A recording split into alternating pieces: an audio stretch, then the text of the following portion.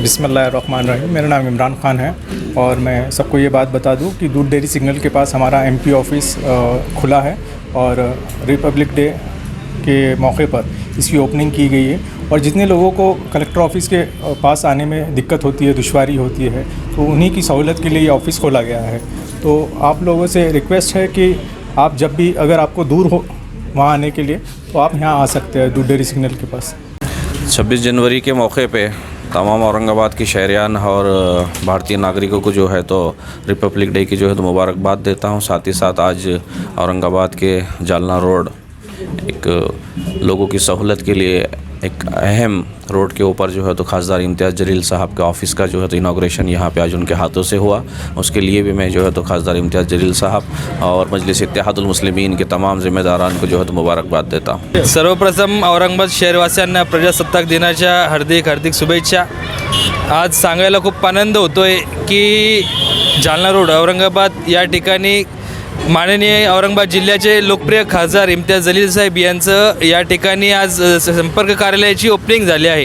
हे शहरातलं मध्यवर्ती कार्यालय असून मध्यवर्ती कार्यालयामध्ये खूप लोक असे होते की त्यांना साहेबांचं कार्यालय माहिती नव्हतं आत्तापर्यंत, पण आज शहर मध्यवर्ती भागामध्ये जालना रोडवरती साहेबांचं कार्यालय बनलेलं आहे। आणि ज्या लोकांना काही प्रॉब्लेम असतील, काही अडचणी असतील किंवा कोणत्याही प्रकारच्या समस्या असतील तर त्यांनी साहेबांच्या संपर्क कार्यालयावरती येऊन साहेबांना साहेब त्यांच्यासाठी इथं पर्सनल 4 दिवस या ऑफिसला बसणार आहेत आणि लोकांच्या समस्या ऐकून घेण्यासाठी साहेब स्वतः इथं थांबणार आहेत आणि त्यांनी इथं त्यांचे कर्मचारी देखील ठेवलेले आहेत। काही अडचण असल्यास शहरवासियांना साहेबांनी इथे येऊन तात्काळ संपर्क करावा ही विनंती। जैसे कि आज 26 जनवरी के मौके पर एमपी इम्तियाज़ जलील साहब ने उनके ऑफिस का उद्घाटन और ओपनिंग किया है।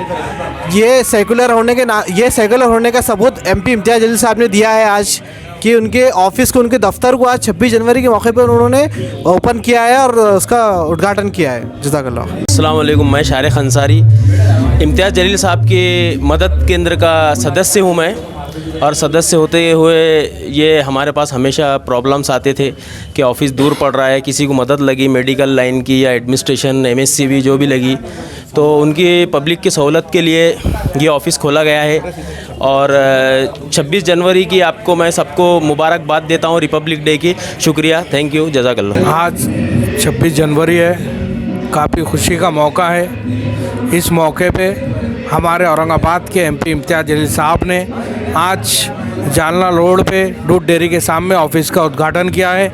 मैं तमाम औरंगाबाद के रहवासियों को, यहाँ के आसपास के जो लोग हैं जिनकी कुछ परेशानियाँ होंगी, जिनके कुछ काम होंगे, हमारे इस ऑफ़िस पे आके अपने काम ले और हमारे खासदार साहब सभी कामों को अच्छे से जायज़ा लेके करेंगे इंशाअल्लाह। आज जो है तो पहले तो सबसे पहले पूरे देश की जनता को जश्न आज़ादी की मुबारकबाद देता हूँ तहे दिल से, रिपब्लिक डे की।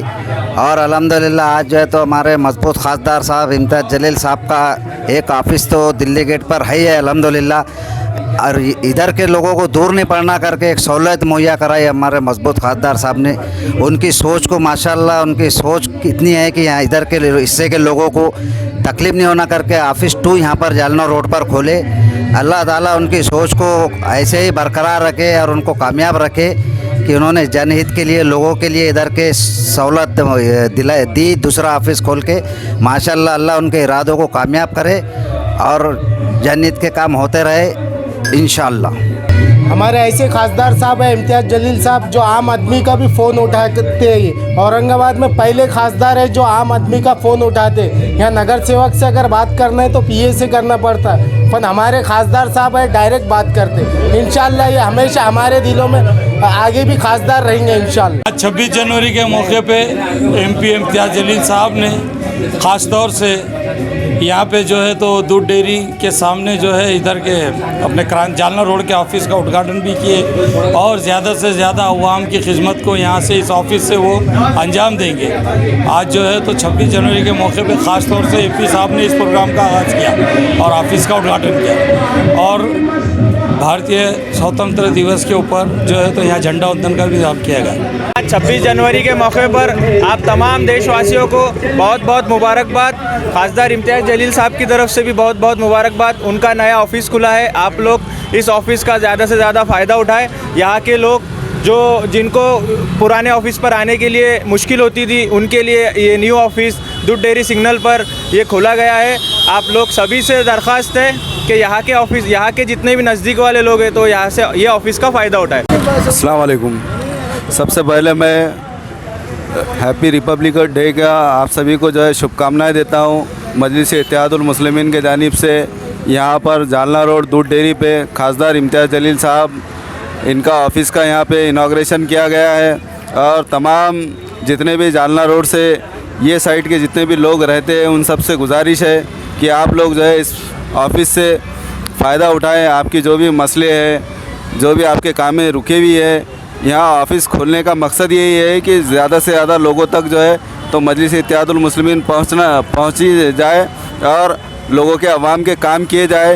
यही मकसद को लेकर खासदार इम्तियाज़ जलील साहब ने लोगों की डिमांड पर यहाँ पर ऑफ़िस खोला है और यहाँ पर स्टाफ भी रखा है। यहाँ पर अच्छे से अच्छे काम करने के लिए नेक नियति से ईमानदार लोग रखे गए हैं।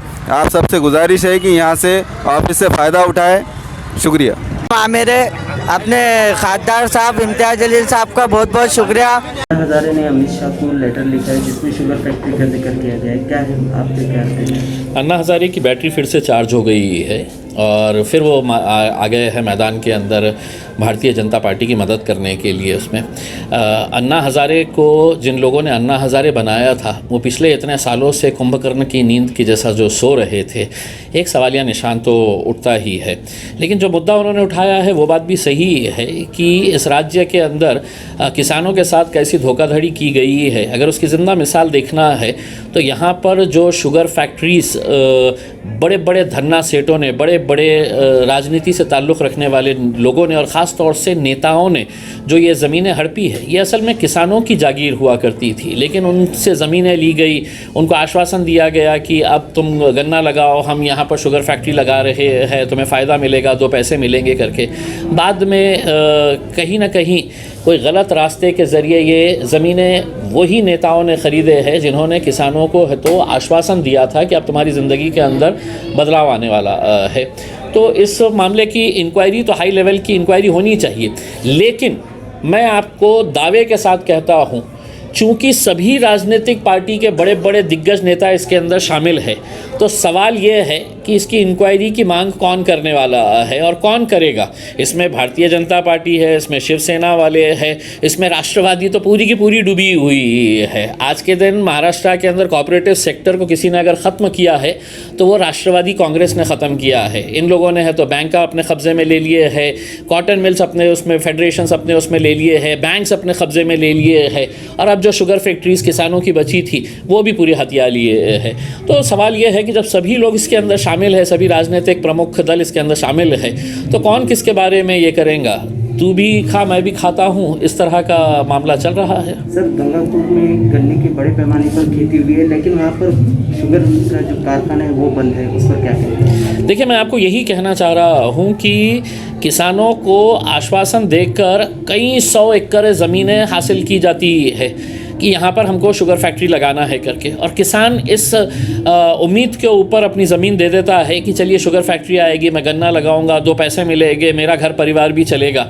लेकिन कुछ सालों के बाद यही लोग मिली भगत करके बड़े बड़े नेता उस शुगर फैक्ट्री को सिक डिक्लेयर कर देते हैं, बैंक के डिफ़ॉल्टर्स हो जाते हैं, वो शुगर फैक्ट्री बंद हो जाती है और धीरे से कुछ सालों के बाद वो ज़मीन के साथ वो पूरी की पूरी फैक्ट्री जो है वो खुद ख़रीद लेते हैं। तो ऐसे पूरे महाराष्ट्र के शुगर फैक्ट्रीज़ ऊपर अगर आप नज़र डालेंगे तो आपको पता चलेगा कि या तो वो नेता ने खुद ने लिया है या बेनामी प्रॉपर्टी के तौर के ऊपर उन्होंने किसी के और के नाम के ऊपर ये शुगर फैक्ट्रीज अपने नाम के ऊपर कर लिए है। सर, मुंबई में टीपू सुल्तान मैदान का नाम रखते हैं, उस पर कॉन्ट्रोवर्सी चल रही है, उसके नामों को लेकर ये हो रही है सब चीज़ें। देखिए, जब किसी सरकार के पास दिखाने के लिए कुछ अच्छा नहीं रहता है कि मैंने ये काम किया है और मैं ये काम की बुनियाद के ऊपर अब आप मैदान के अंदर उतरने वाला हूँ, तो वो नामों की राजनीति, जाति की राजनीति, मंदिर मस्जिद की राजनीति ये करते रहते हैं। तो बिल्कुल कोई हैरानी नहीं है। अगर आप भारतीय जनता पार्टी के किसी नेता से या शिवसेना वालों से किसी से पूछेंगे कि टीपू सुल्तान कौन था करके, तो मैं आपको दावे के साथ कह सकता हूँ कि उसके बारे बारे में 4 लाइन भी ये बता नहीं सकते हैं, लेकिन महज सिर्फ एक मुसलमान नाम आ गया है। देखिए, हम हर इलेक्शन के टाइम के ऊपर हम देखते हैं भारतीय जनता पार्टी वाले कहते हैं कि नहीं, हमको ये अकबर रोड नहीं चाहिए, ये शाहजहां रोड नहीं चाहिए, ये औरंगज़ेब रोड नहीं चाहिए, ये नाम बदलना है हमारे को।